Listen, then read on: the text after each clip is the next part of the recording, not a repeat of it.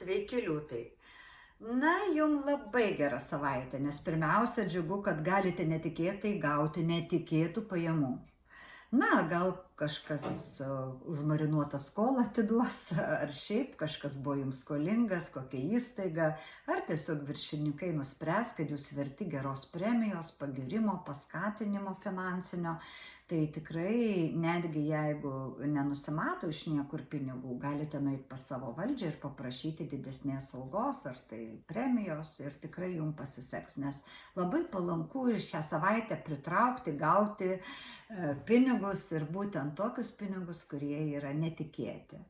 Na, taip pat jums ši savaitė, kaip būna su pinigais gerai, tai su meilė nekas, bet šią savaitę ir su meilė jums geri dalykai, taigi apsižvalgykite, kas į jūs dėmesį kreipia, kas jūs myli, kas jūs nuoširdžiai gerbia ir nori būti šalia jūsų. Ir labai puiku, jeigu šią savaitę nusprendėte tuoktis, ar tai kažkokią šeimos iškilmes atlikti, ar šiaip pabaliavoti, tikrai tam labai tinkamas metas. Taigi puikia savaitė ir iki.